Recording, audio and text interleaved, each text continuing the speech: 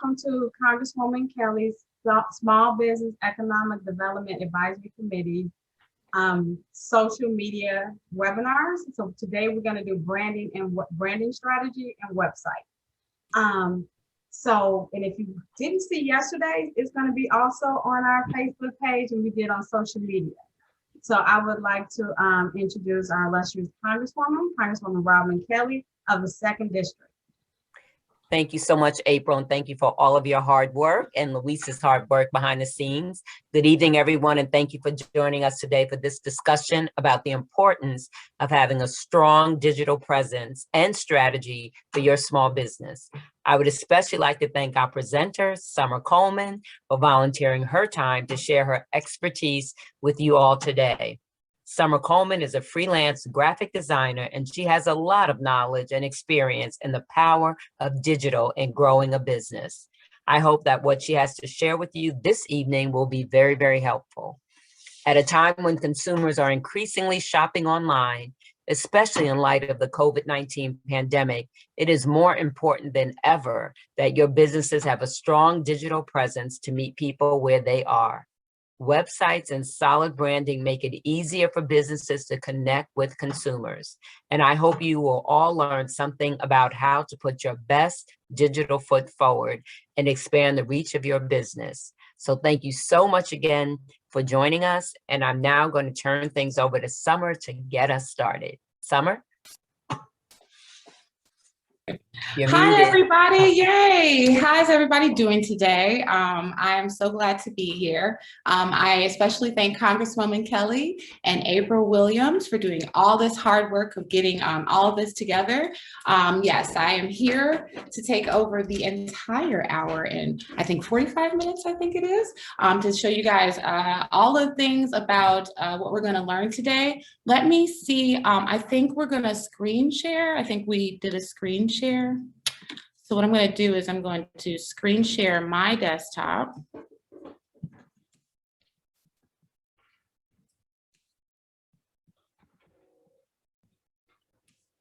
I apologize in the year of COVID. Gotta love it. You did it?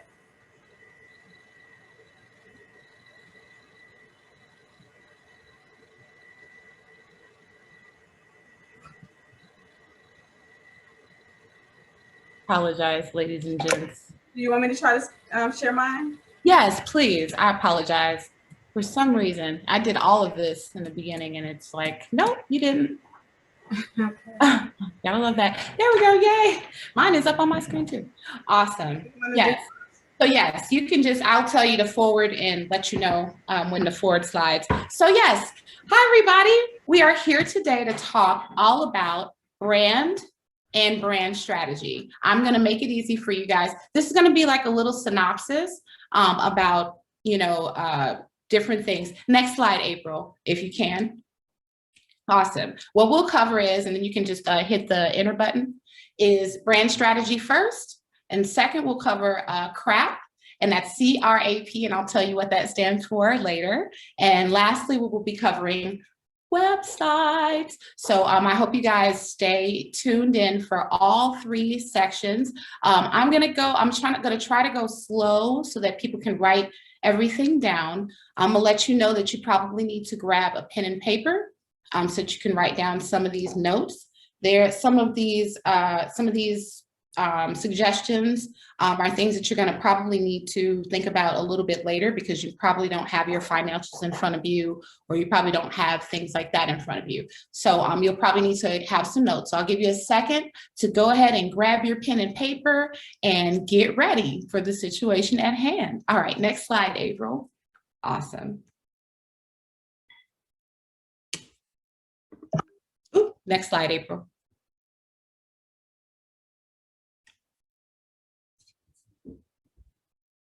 It's not letting me go to the next slide for whatever reason. Okay, there it goes. Oh, there it goes. Okay. Yeah, technology, we love it.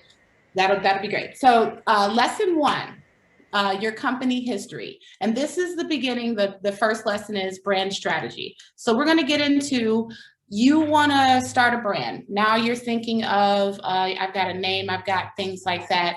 How do I create a feeling, create a style, create all types of things to make this brand a real thing. And this is where you start. Your company history. You have a name now picked out.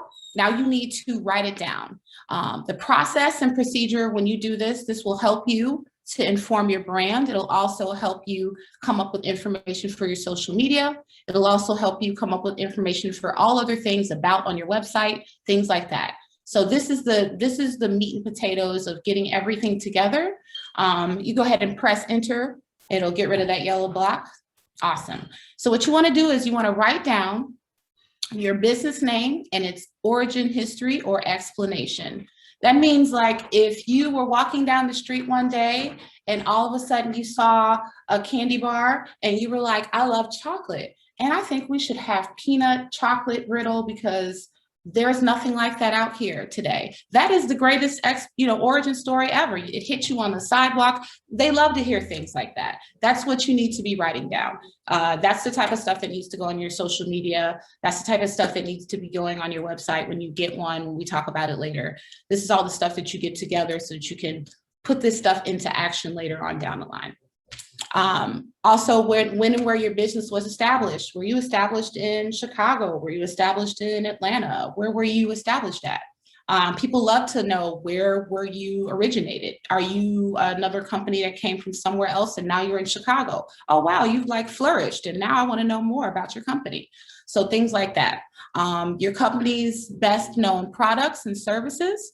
So you want to know what you're selling and what your best product is and who you're trying to give that product to. That's always a good thing to know. What do you want your reputation with your customers to be like? And do you have any company testimonials? Do you have anybody that you can call up or that you can, tell? I had a friend online a couple of days ago and she was like, just go online and leave me a review. You know what I mean? I've got these great services. I'm here, use me, and please go look at my services and leave me a review. You can do that all the time. You can email some of your friends and go, can you check out my services and leave me a review so that your reviews can stack up and you can get testimonials from people that you can put on social media as like little posts, like my customer said this is fabulous about our company. Why don't you come try this and come check out this? These are called breadcrumbs, things that you line up. We'll talk about breadcrumbs later. Where's your loyal customer base located? And are there any notable press releases or anything else like PR? Do you have any people that you work with that can vouch for your company? Write those people down. People love to know that McDonald's work with you. People love to know that Walmart work with you. You know what I mean? That legitimizes your company, even though your company is already legit. It's nice to have, bigger companies legitimize your company as well. So those are the first things that you need to write down about your company besides your name and, the slogan and how fabulous you want it to be. You need to know all of these things in the beginning so that you can put all of this stuff together and get it going to put it together for the cookie crumbs later down the road. Okay, April, next slide. Awesome. So next, we need to know who your competition is. You need to know who your competition is. Everybody needs to know who their competition is. You want to know why? When you find out who your competition is, it makes you and your products, you find out if you're selling the same thing down the road, if you're selling something, if somebody's selling the same thing up the road and yours costs more and theirs costs less, and that's maybe why you're not selling as much. So you need to always do a competitive analysis. And when you find your competitors, you look up their products, you look up their sales, you look up their marketing tactics, and you see what's working, what's not working, what might work for you. You don't have to reinvent the wheel. You just have to make the wheel yours. That's a motto. That's one of my mottos. So next, you would be, after conducting your competitive analysis, you want to find out exactly how and who your competition is. So we're going to find that out. Go ahead, April, can you click enter? Awesome. So what are their products? What are their sales and marketing tools? What are their loyalty reward situations? Do they have specialty loyalty rewards that make people come to and get their product? That's the same thing as yours. It makes them go down the street and get somebody else's. You need to know that, because then maybe you can make one and your stuff can go off the shelves faster than their stuff. Exactly. What type of technology are they using? Are they using a new POS system that's like faster and gets the customers out the door faster? And do you need to upgrade your technology? Things like that. So like you can go through all of these questions and answer them one by one and find out more about your competition this way. This will save you time and a lot of money down the road of repeating business that's already like around you. You can become different. And yeah, awesome. April, next slide. Awesome. Lesson 3. Now this one is, what are your business goals? Now I know people go, I want to sell things. That's my goal. I want to make money. That's my goal. Though that's great. Write all of that down, but you want to be a little bit more specific. You want to explain the purpose of your business. You want to advise and identify your next steps. Any goals you have, any objectives that you may have, all of that type of stuff you need to write down, and you need to get you some focused steps to get to those goals. Go ahead, April, press enter. Awesome. So some examples of goals and objectives and how to get to those, turning your goals into objectives and then turning them into actual things that happen. So example, I want to make more money, right? And be more profitable. Objective. Your goal is to make more money. Your objective is to increase your sales by 10%. So what I want you to do is, everybody has goals, but your objectives, narrow those goals down to focus how you're going to be more profitable. See? So you can say you want to be more profitable, but you have to have a way to get there. So when you say I want to increase it by 10%, that gives you a metric to go back to and measure and see if you actually grew that much. So I want you to not just have goals, I want you to have objectives as well. We have another one here. Goal, have better customer service. You can have 2 objectives for one goal. You can have 3 objectives for one goal. For this goal, we have 2, increase customer service staff by 2 and get all service customer calls returned in a timely manner. There's 2 objectives for that one goal of becoming a better customer service business. So you can go ahead and write down 4 main business goals. And then I want you to come up with some objectives for those 4 main business goals. Profitability, percentage of growth, effective operations. These are the things that you can set your goals to meet. You can do it about profitability, and that would be like your percentage of growth, or how much money you want to make. Effective operations. Do you want your rent to be lower? Do you want to pay less utilities? Do you want to have better utilities? Things like that. Employee satisfaction, effective pay rates, things like that. And then you can do things around continued growth. There's a lot of different ways that you can make your goals. And these are just a couple of examples, but I want you to keep in mind, you want to have a goal, but you also want to have an objective to get to that goal. It's kind of a cyclical thing. Awesome. Great. Let's move on. Next slide, April. Thank you. So lesson 4, I think this is almost the last lesson in brand strategy. And I do believe this is the last lesson in brand strategy. What do your financials look like? I know everybody's cringing, right? I don't know. I mean, I just sell sweaters out of the back of my truck. I mean, I really don't have financials for that. I totally understand. Don't get me wrong. I really want us to start thinking about this, because this is the only way that we actually acquire real wealth, is that if we take note of how much money we make, how much money we spend, and then how much money we actually spent and brought in and then made profitable. So you have to actually do the math at some point if you want to know that you're being profitable. If those objectives actually, those goals become objectives, those objectives are very specific. So you have to do the real work in order to, come up with the real numbers so that you can make real money. Exactly. So financial evaluations will help your business set habits, economic plans, create plans for business activity, and help you seek company investment. That's like the biggest thing.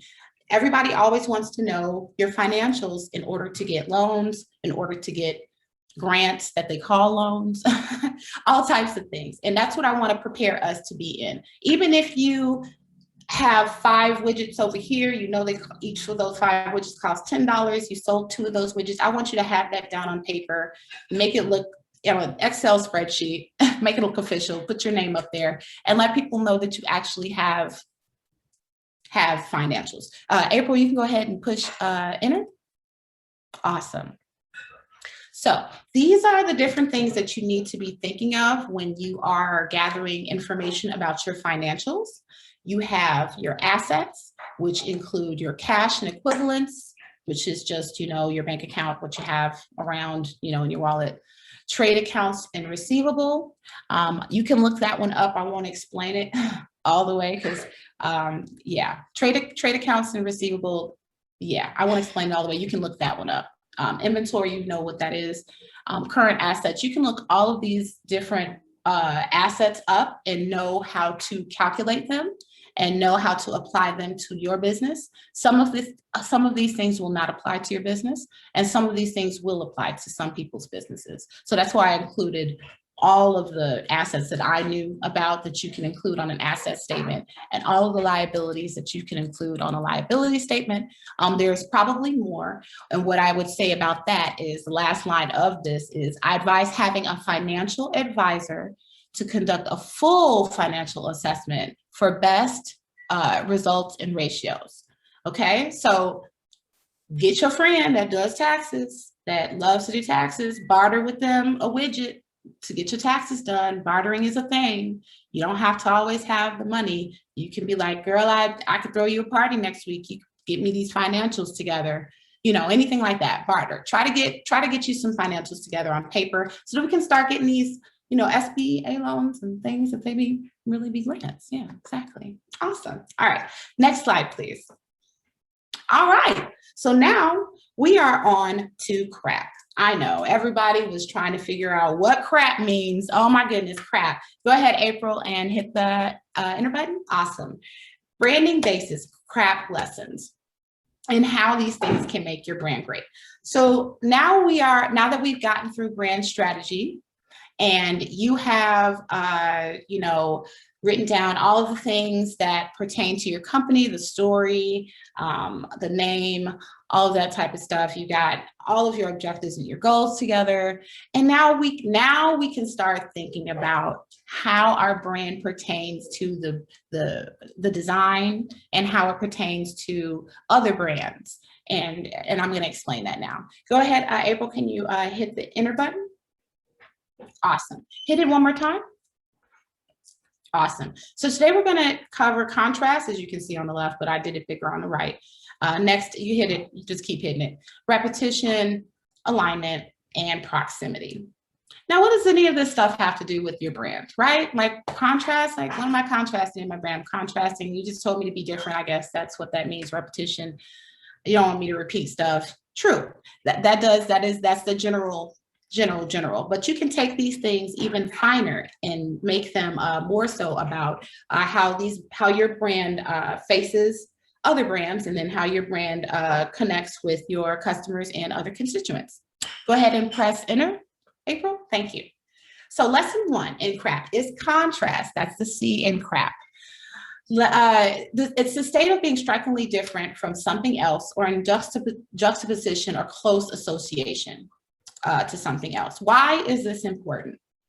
And how is this going to help your design focus? Go ahead and April, and press enter.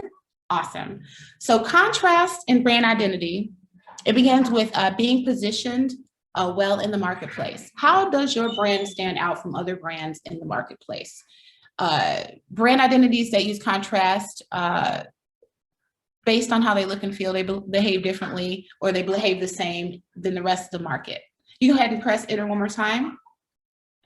Yep, these differences can be shown in your company's graphic style, operation style, or arrangement of opposite visual elements in your brand, so as to create a visual interest. So you can run contrast all up and through your brand. You can contrast your brand with graphic style, your operation style.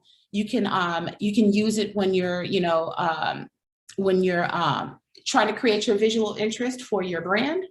All of these things include contrast. You want to make sure you're juxtaposing or being strikingly different than everybody else in your sector.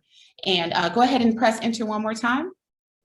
You can consider these words when you're considering your brand's focus and being contrasty. Is your brand bold, bright? Does it have vibrant style, refined and balanced values? How do you explain your company? You see the way I did that? Our company has bold, bright colors. It has a vibrant style. It has refined and balanced values. So how do you contrast? How do you explain and contrast your company to other companies? Go ahead and press enter one more time, April. Awesome.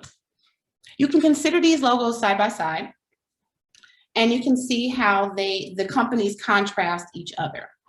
BP Shell is green and yellow, but Shell is red and yellow, right? They contrast, they didn't use yellow, but one just kind of contrasts the other and used a different color. You have Kmart, Target, and Sears, Walmart, and Amazon. You can look at all the different ways two of the same company do things differently. How do they contrast themselves to be different, strikingly different, or juxtapose each other so that they're not totally and entirely stepping on each other's toes? So you can do a little bit more research on this on your own and see how your company is showing up in contrast to other companies in your sector or in your field. April, you go ahead and press play or press enter. Thank you. So repetition. This is lesson 2. Repetition. The reusing of the same elements throughout our designs and brand. Yes, and why is repetition important? So like I said, you don't want to be selling the same item next door to somebody else that's selling the same item without knowing what they're doing, and we discussed that. April, you can go ahead and press enter. Yep. Think of these elements below or on the next page when you're thinking of repetition in your brand design. Go ahead and press enter for me. Awesome. So you can see here, repetition in brand design. So when you see different brands and when you see like the paper that comes with McDonald's hamburgers and you see the logo on there many different times and you see it repeated, and you see when you go into MK Burger or you go in anywhere and they have their logos and they have their iconography and all of that type of stuff, someone has designed that and they have thought of the lines, the shape, the size, the color, the texture, all of that, the spacing in between the items, all of that. And what I want you to understand, I want everybody to understand is that you can have a logo, but do you have a brand? Do you have icons that go with that brand? Have you thought about the spacing in between those? Have you thought about the style of those? Do they match your brand? Do they match the way that you do your business and the way that your whole style looks? So that's what I mean by like repetition. Are you using the same colors? Are you using the same shapes? Are you using the same lines? All of these things. So I want you to think about that. And are you using the same information? Are you repurposing different information? Things like that. It helps people to grasp onto your brand, and they trust it because it's repeated. Things have been repeated. You have been cognizant of using the same colors, using the same logos, using the same tactics so that they can grasp on and feel trusting of your brand. And that's what repetition will do for your brand. It'll get people to trust your brand. It's like you have thought of all of the things to make your brand come together within repetition. Awesome. That's just one of the lessons. April, next slide. Thank you. All right, so lesson 3 in CRAP would be the A, alignment. It's the way that you line up the different elements in your brand and also in your design for your brand. So this could be within a one page, it could be on the page or in relation to other brands. Go ahead, April, and press enter.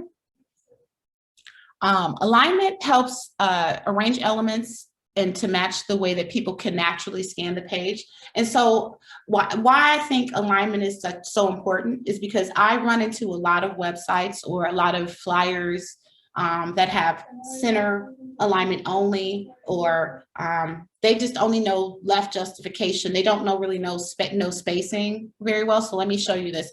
April, go ahead and press enter for me. Awesome. So you can see the different ways in which that you can justify edge, different ways in which you can justify words on the page. I want you to think, be more open-minded with the way in which you justify things. Make sure that you're repeating, right? The way that you choose to justify, or the way that you choose to highlight your messages on your websites, on your social media. Make sure that you keep all of that stuff the same, right? So that your brand can be trusted.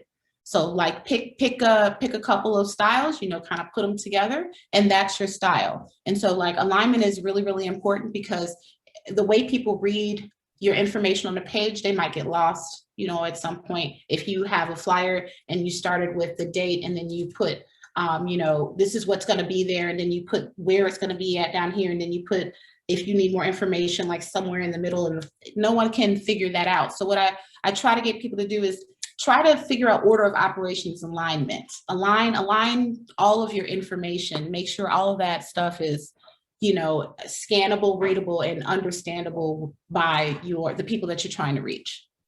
Alignment. There you go. Go ahead, April. Next slide. Awesome. So we have lesson 4, proximity. This just simply means like if things are close, near, far, and this can be applied in the design too of your brand, as well as to other brands. Are you close in proximity to the number of units that this other brand is selling? Are you close in proximity to the store that they are? Go ahead, April, can you press enter for me? Awesome. These are just some examples of the way proximity works in design, but you can apply this, on your business cards, on your websites. Proximity goes with alignment. So the way in which your brand elements line up, do you have stars with circles? Do they overlap? Do they sit close next to each other? Do they always do that at the same time every way?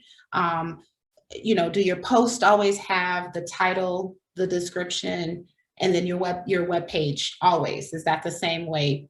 Proximity. So how do things line up on the page? It's very important. Once again, all these things go together. Alignment and proximity go together like hand in hand. So when you're designing things, and when you're thinking of designing things, just keep in mind the spacing and the ways in which you pair things, and how they come together on a page. And these are just some examples of that. Awesome. April, can you hit next slide? All right. Now I know we haven't been here long and we're already almost to the end. I know I've been going pretty fast. I know I'm pretty fast at this. So last but not least, it's your website. And I know everybody always wants me to talk about logos and how do I pick the color and how do I do that? I can do that any day. Today, I really wanted to give you like some bare bones, like what you really need to be thinking about when you're designing things, when you're, needing to get money, or when you're needing to, when you're really needing to think about the bare bones essential of your brand and your business. It's not just about the logo. It's not just about the flyer. It's not just about the event that you're throwing. It's about all the other back end stuff, so that people can actually trust what you're putting out there, so that they will buy the stuff that you have on the market.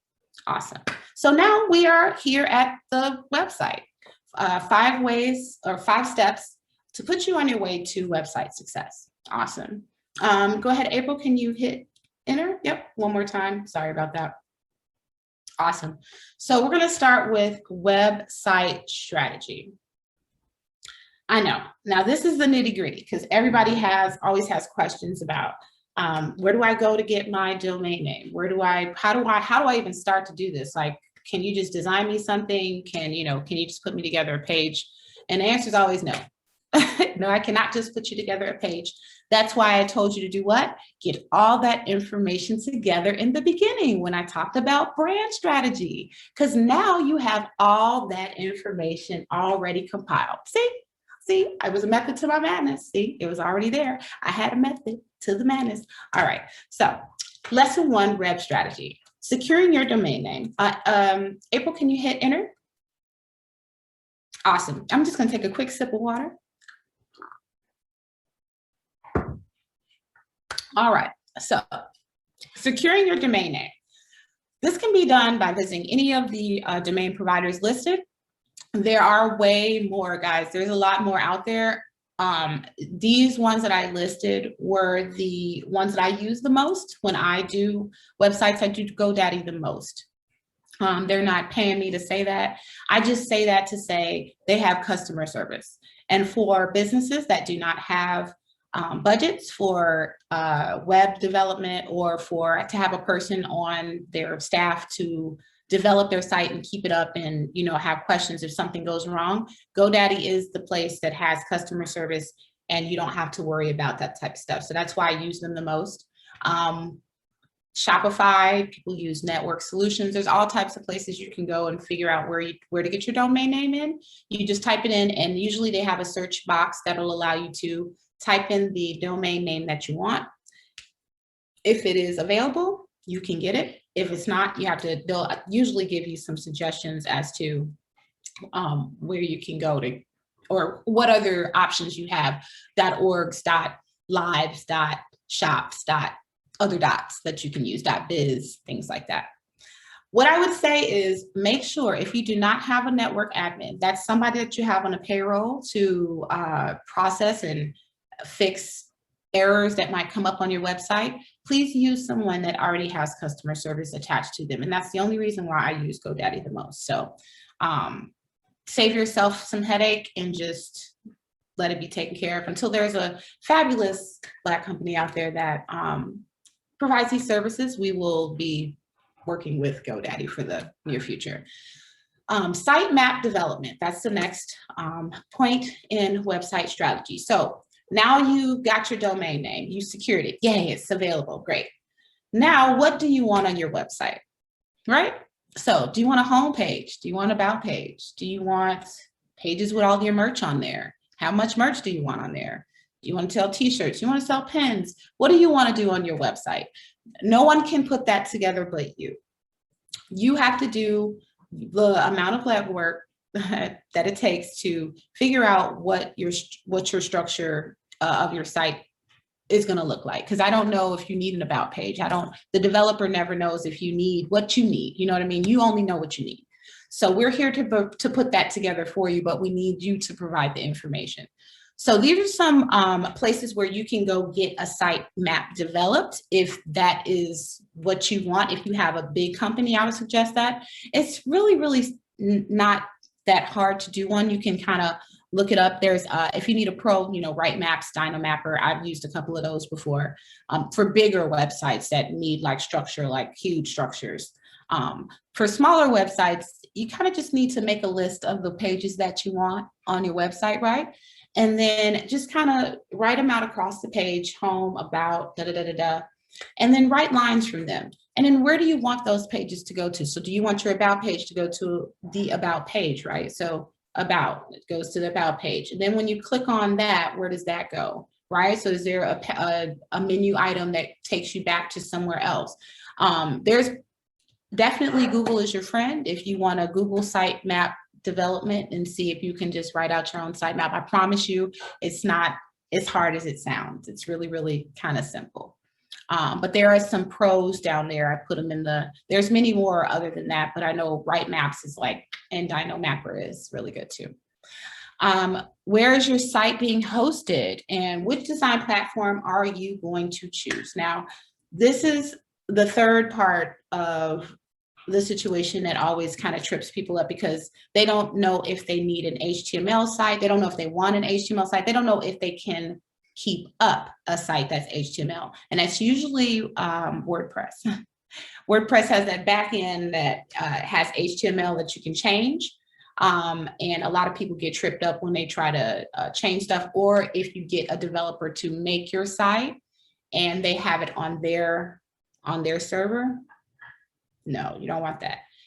That's why I give people GoDaddy. You don't want anybody else having your information, owning your website on their server. You want it to be on a server that you can access, and not just that they can access. And that's what I get a lot of clients, that I have to transfer their websites to an independent person because their site is being held hostage, right? You don't want your site to be held hostage. So these steps will keep your site from being held hostage. GoDaddy will keep that from happening to you, because you'll effectively have the back end will be yours. Wix and Moonfruit and all the other ones will keep that from happening, because you'll have access on the back end. There's a couple of other developers that are really good. Duda is really good, but you probably will need a developer to use Duda to put your stuff together, or to be hosted by them. They have a really great drag and drop, but then you can also do HTML. It's really, really awesome. So these are the places that you can go to figure that out. Some pointers on website development from these 4, just like I said, if you do not want your website to be held hostage, I would suggest that you go with a third party, one of the secure domain name offerings, and then one of the design host offerings that I do. And there's a lot of other design host, web developing design hosts. These are the ones that I use the most, because I really do like Wix, and I like Moonfruit. I like Duda too, but I know that you need a developer kind of to use Duda. So that's my take on the first website strategy. Okay, don't have your websites locked in purgatory. I don't want that for any of you. Go with what I'm telling you here. I promise you won't go wrong. If you have any other questions, I'll answer those. I'll give you that on the back end. It'll be the last slide. April, go ahead and press enter. Awesome. How to lay out your website. So this is lesson 2. So now that you have, the developer and you've secured your domain name and all of that stuff, you want to start developing your page layouts. Now, people think that they need a computer and they need to have a whole setup. Like, I need the squares and the boxes and the menus and the buttons. No, what I need from you is pen and paper, a square, a menu. Where do you want your menu? Where do you want your pictures? What do you think you want your stuff to go? Draw out a couple of rectangles and see what floats your boat. How do you think you want your website? Go online and look up a couple of websites and see, compare your business to other businesses' websites and see what they're already doing. Reinvent the wheel. Like I said, you do not have to make a whole new wheel. You just need to put your name on the wheel. That's all you need to do, is make the wheel yours. So develop page layouts. If you press enter, April. Awesome. So, oh no, this is the same thing. Let me see if I have it up on mine.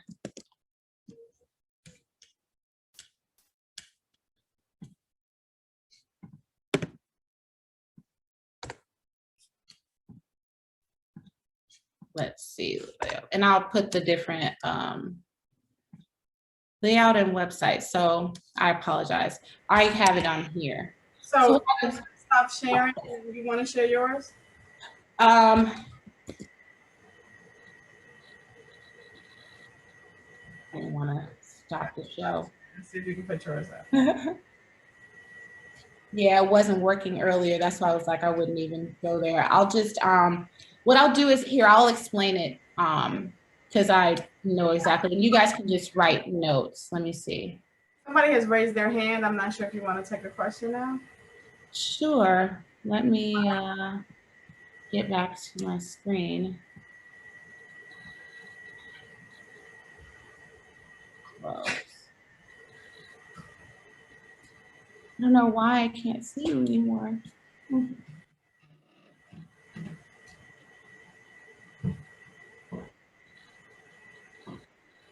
want them to ask a question while you're looking? Yes, go ahead. Yes, yes. Okay, Please. Andre, I ask you to unmute so you can ask the question. Yes. Hello.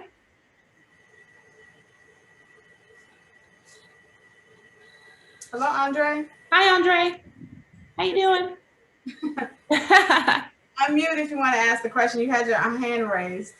Yes. Yes. I was trying to find out, can you tell me, like, when you was talking about the, if you have a website and your website CEO, so you can get found more places. Yes, SEO. Yes, I'm going to talk about that. Yep. Okay. Yep, I'm definitely going to talk about That's that. what my question was about. If you build a site, do you need, like, when you're talking, do you need more than just, I know you have to have the developer, and then you have to have yourself to build it. Like, let's say I built my own website, and then I have the person that powers it, like Wix or whoever it might be, Right. or GoDaddy or whatever. What I'm saying is it anything else special that you need after that? That was my question.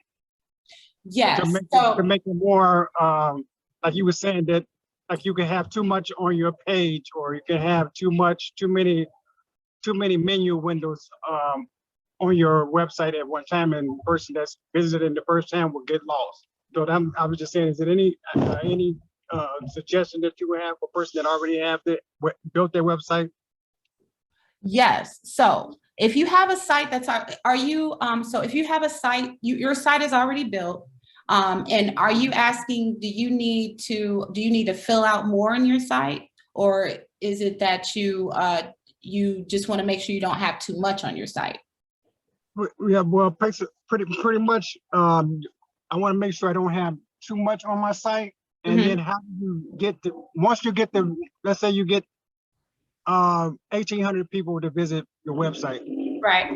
and to look at your product, look at my website, and they're looking at what the services I do. I'm in ministry, so let's put it like that. Awesome.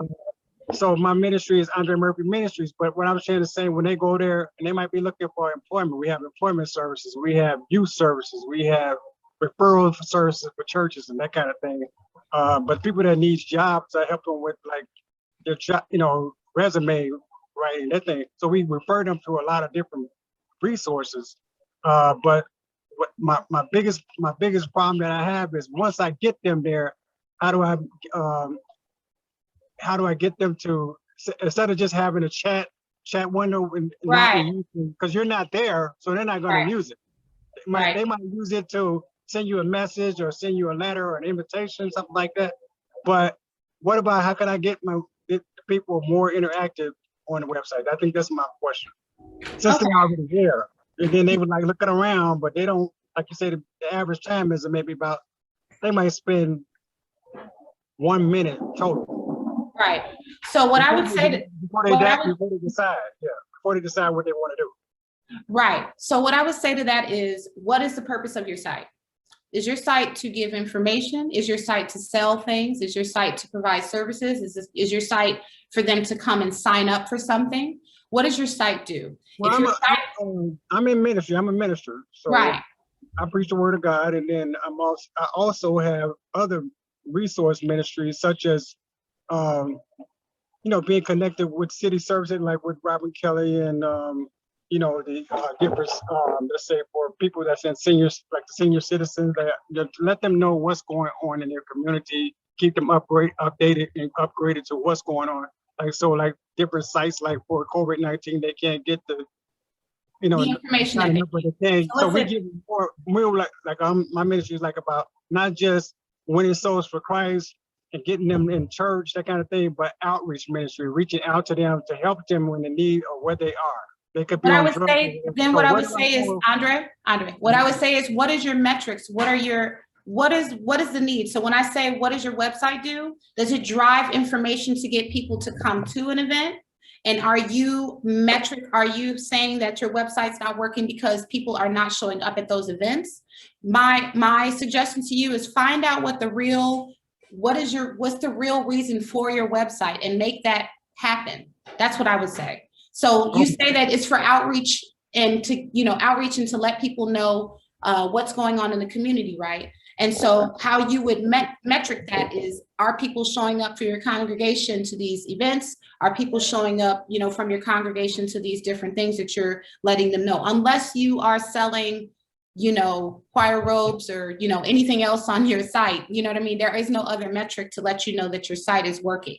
other than the numbers of people that do the clicks, you know, click on different pages and things like that.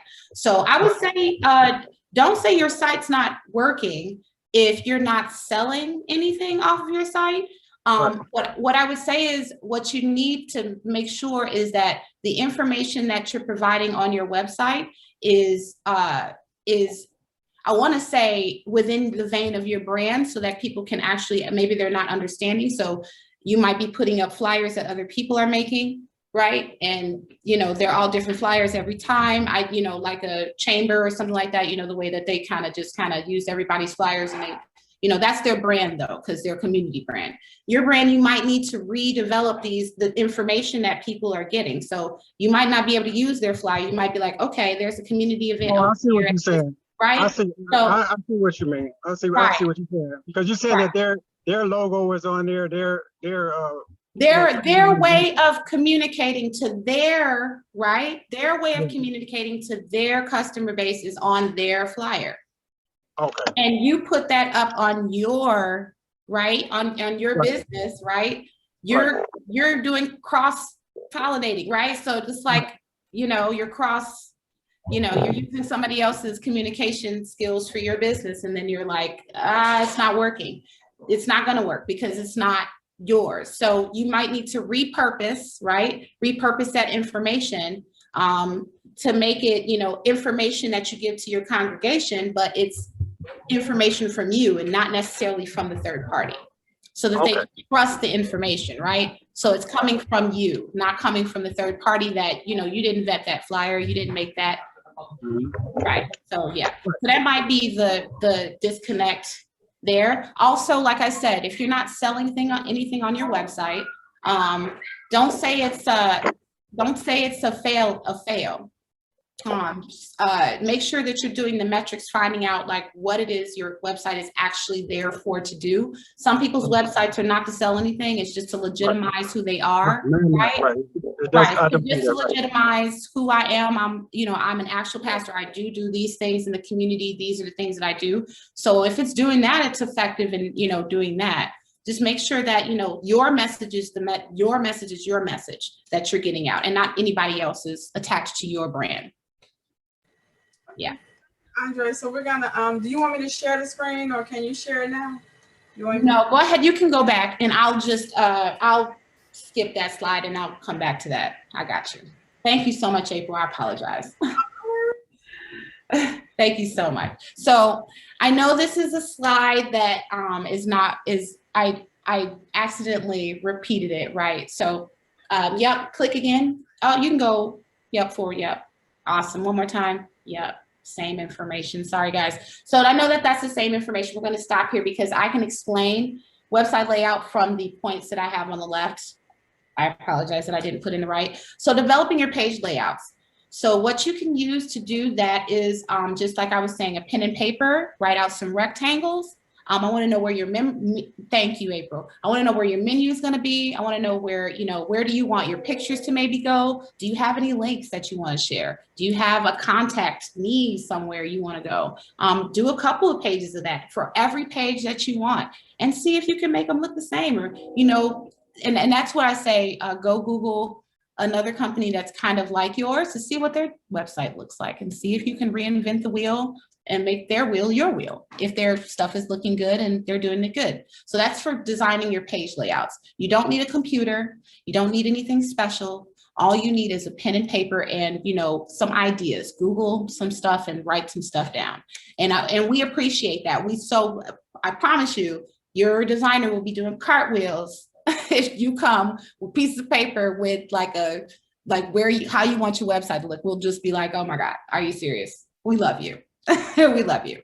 So next will be start laying out your sitemap. And we talked about sitemaps in the last situation. This situation, you want to lay them out so that they connect. Remember when I was telling you, lay it out and then draw lines and then connect. Now you really want to know, you know, does your contact page, where does that go? Does that go to the contact page? Do you have any links? right? You want to make sure that your links are going to, where does that go? That goes to www.this, this, and this. You want to write all of those specifics down for your real sitemap that you're going to have for your page layouts, because you really don't know, you kind of know when you're first laying out your sitemap, this is what I want. But then when you really do the research, after you've done the research, you'll start to develop your page layouts, and you'll find that your sitemap might change a little bit. All right. Selecting design and development platform. And we talked about that a little bit over there on the other side too. The Wix, the Moonfruits, the WordPresses.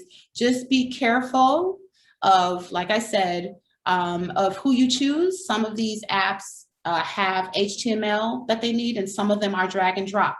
Some of them have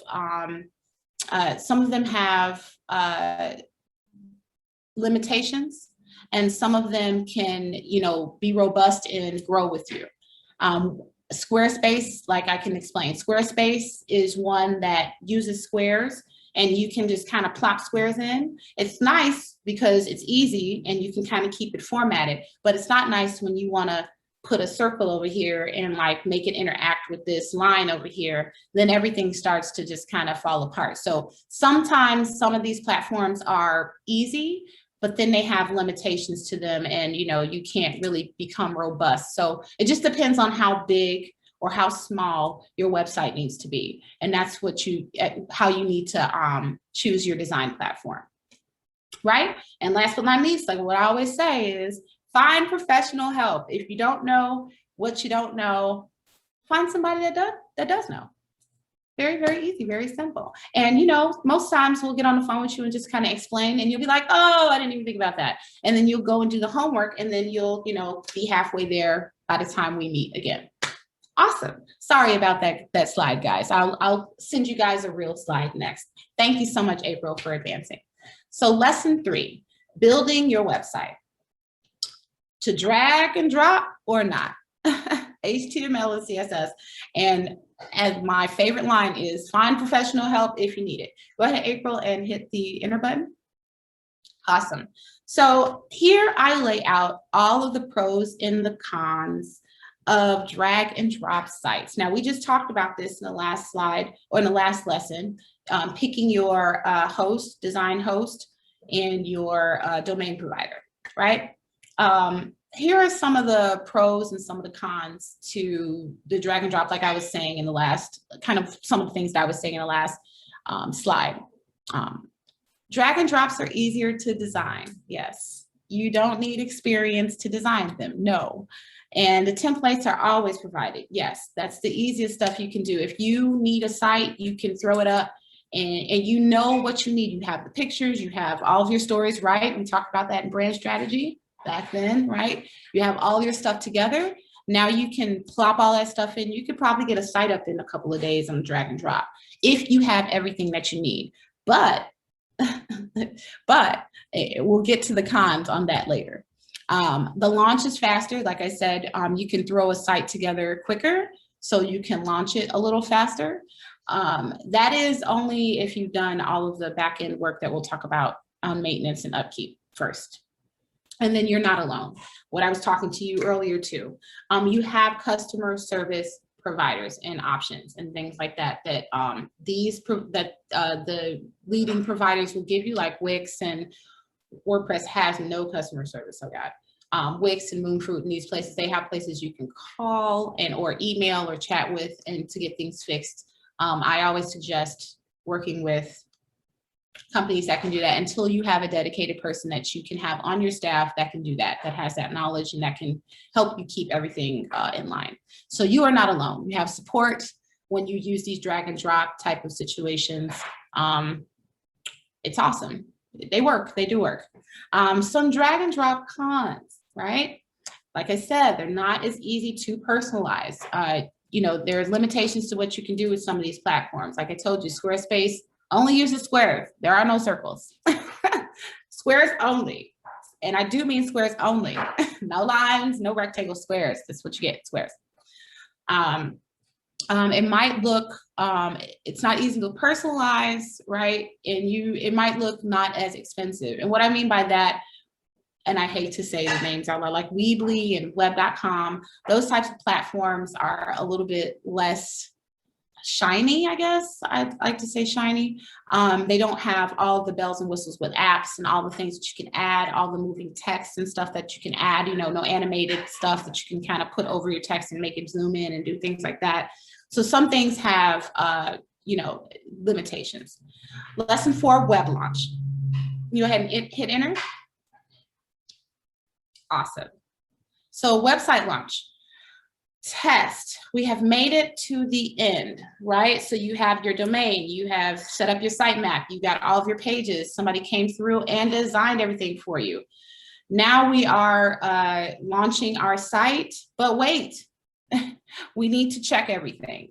Before you launch your site, and I've had this like happen to some of my, to not people that I've designed for, that I've like, you know, been like, you probably need to check that button a couple more times, because that's like sending you off into a far netherworld region that you'll never make it back from. And now no one's back on your site, they're on this error page. So check, check, check, last check, check your buttons, your links, your page links, your copy, all of that, your copy, check your copy.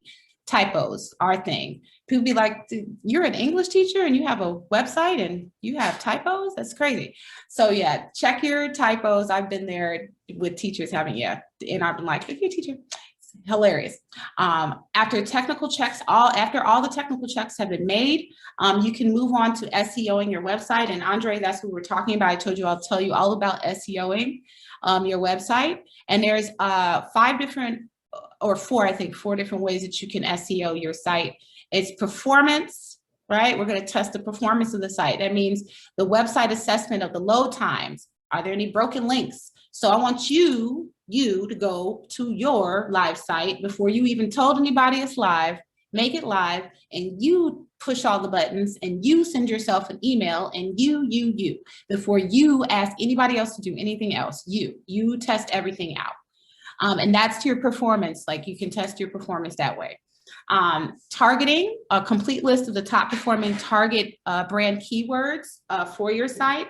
So what you want to do, this is the second part of your SEO. You want to come up with keywords, really, really great ones. They have sites that do this for you. Like you can look up website keywords and Google will pop up with some places where you can, you know, tell them what kind of site you have and it'll have words pop up and you can copy and paste those right on into your SEO. It's a top performing keywords help your search better, you to be searched better. You are searchable online when you have great keywords. Monitoring, you keeping track of your website rankings and weekly reports and other monthly rankings. You want to make sure that you have your back end and you're letting yourself know if you're growing, if you're falling, what did you do one week that you didn't do the next week that made these 100 people come, more 100 people come that didn't come last week. So that's why you keep up with the information on the back end, monitoring to let you know, if your website is doing what it's supposed to be doing, if it's not doing it, what do you need to change, things like that. And then lastly, your SEO, search engine, and I apologize. SEO means search engine optimization. So what you're doing is you're optimizing all of your information. You're making your information obtainable for the internet and searchable so they can find it. And so making sure that you're optimized for search engines. That's why it's called SEO. And last but not least is mobile SEO. And you want to make sure that, and this is the thing, another thing that gets tripped up, make sure that your web developer has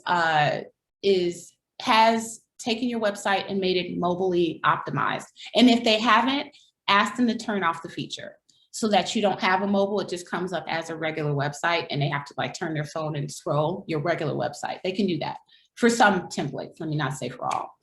But you want to make sure that you have a great mobile site. And if you don't, really care about that, just make sure it's turned off so that your site doesn't get all jumbled when somebody tries to access it via mobile. Because that's what happens. If they don't design it on the back end to be a mobile site, it will still come up as your regular site. And sometimes that can be a problem. Search results, you want to make sure that you can be found in search results. And like I was saying, the way that you get that done is having great keywords and making sure that your pages are optimized. So say you have a blog page and you have different blogs that correspond to pages, of course, because if you click on a blog page, it'll go to the blog. you want to make sure that the SEO on the back end of that is, blog page 1, blog page 2, blog page 3, or however you want to do that, so that the web or the internet can find all of the blog pages and not just that one first page, and then you got to have, people clicking through on your website. So that's all of the SEO, optimizations. You do that on the back end of your website. And if you have a website developer, they will show you how to do that. If you don't, ask somebody and they'll probably can show you, or you can Google it too. For some of these platforms, they have like how to SEO your site, and they make it real easy. Wix, I know, makes it very, very easy for you to SEO your site. They go through a checklist and everything and stop you until you get everything right. So that's one that does it for you. And once you've SEO'd your site, you're ready to launch. Yay! We're launching sites. We're making money. We're doing great things. And you're off to your great start. And all of those things in the beginning helped you get all the way to this spot right here. So we've made it to the end. April, press enter one more time. Yep, made it to the end. This is the last thing you need to. I know you thought that launching your website, I know you thought that was the last thing you needed to do, right? No, that's not the last thing you need to do. You need to upkeep this site, and then you need to promote the site, right? So once you have, had your friends, and that was the last part of that, have your friends, right? After you have checked your site, have your friends email you, contact you on your website, and do things like that, just to make sure, things are working, and your friends are, leaving you things like that. And, they're giving you feedback. Have a little friend session about your website. Now, once you've launched it, you get to upkeep it. Go ahead, April, and press enter. Awesome. So website upkeep.